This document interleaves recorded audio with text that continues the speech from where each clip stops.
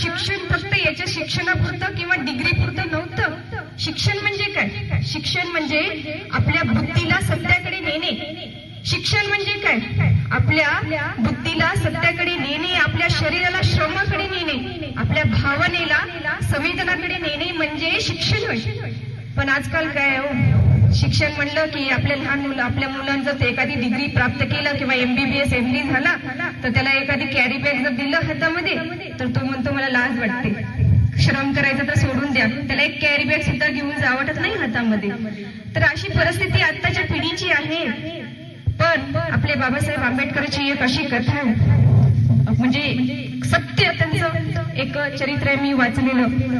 एकदा काय झालं, कपालभाती प्राणायाम आपल्याला करत राहायचंय. आपल्याला कपालभाती प्राणायामने भरपूर फायदे होतात. याच्या सोबत आपल्या रगात आपल्या कणाकणामध्ये या महापुरुषाचं कसं बसून घेता येईल हे आपल्याला पाहायचं आहे.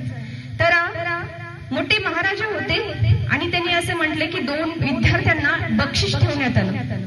की बक्षीस असं होतं, मोठी महासभा भरवण्यात आली, पूर्ण गावातले लोक एकत्र आले आणि एक मोठी पुस्तक तिथं ठेवण्यात आली आणि त्या पुस्तकामधले पूर्ण त्यांना प्रश्न वाचायचे होते. त्यांची जी नोट किंवा टिप्स त्यांच्या सगळ्या पूर्ण वाचायच्या होत्या आणि एका वहीमध्ये उतरवायच्या होत्या. जो जास्त वाचेल आणि जास्त उतरवेल तो नंबर 1 मध्ये येईल आणि त्याला बक्षीस देण्यात येणार होतं. मग सगळी सभा भरली.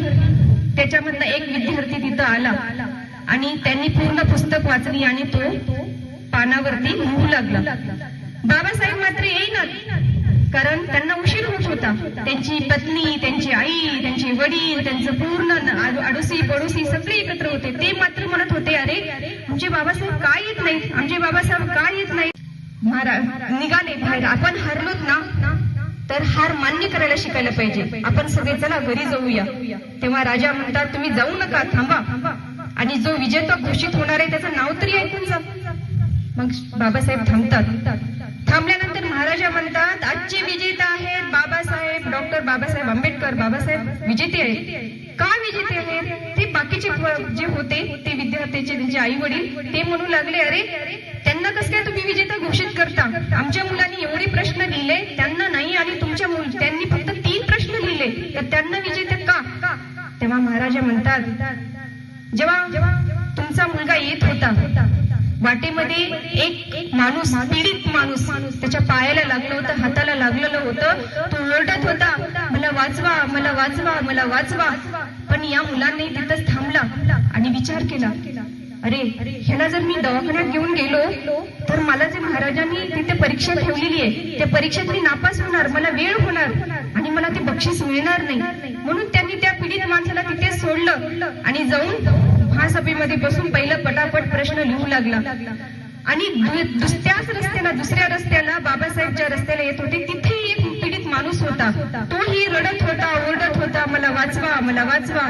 बाबासाहेब पण तिथे थांबले आणि त्यांनी विचार केला, मी जर परीक्षेला नाही गेलो तर मला बक्षीस नाही मिळणार आणि ह्या जर पीडित माणसाला घेऊन गेलो. त्यांनी विचार केला, पण त्यांनी म्हटले, त्या परीक्षेपेक्षा, त्या बक्षिसापेक्षा, डिग्रीपेक्षा आधी मानव बनणं महत्वाचं आहे. ह्या माणसाला मला दवाखान्यात घेऊन गेलं पाहिजे.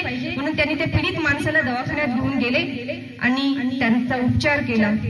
त्याच्यामुळे हे बक्षीस बाबासाहेबांना डिग्रीला किंवा पदवीला महत्व नाहीये, तर मानव आधी बनला पाहिजे. डॉक्टर असो, प्रधानमंत्री असो, शिक्षक असो, अजून कोणी असो, हे शिक्षण आपल्याला बाबासाहेबांपासून घेण्यात येतं. तर भावनेला संवेदनाकडे, शरीराला श्रमाकडे आणि आपल्या बुद्धीला सत्याकडे नेणारे असे एकमेव, ज्यांना 35 पदव्याधारी, जे त्यांनी हे केलेल्या होत्या, 9 भाषा त्यांना येत होत्या, असे हे महान पुरुष आपले बाबासाहेब आंबेडकर.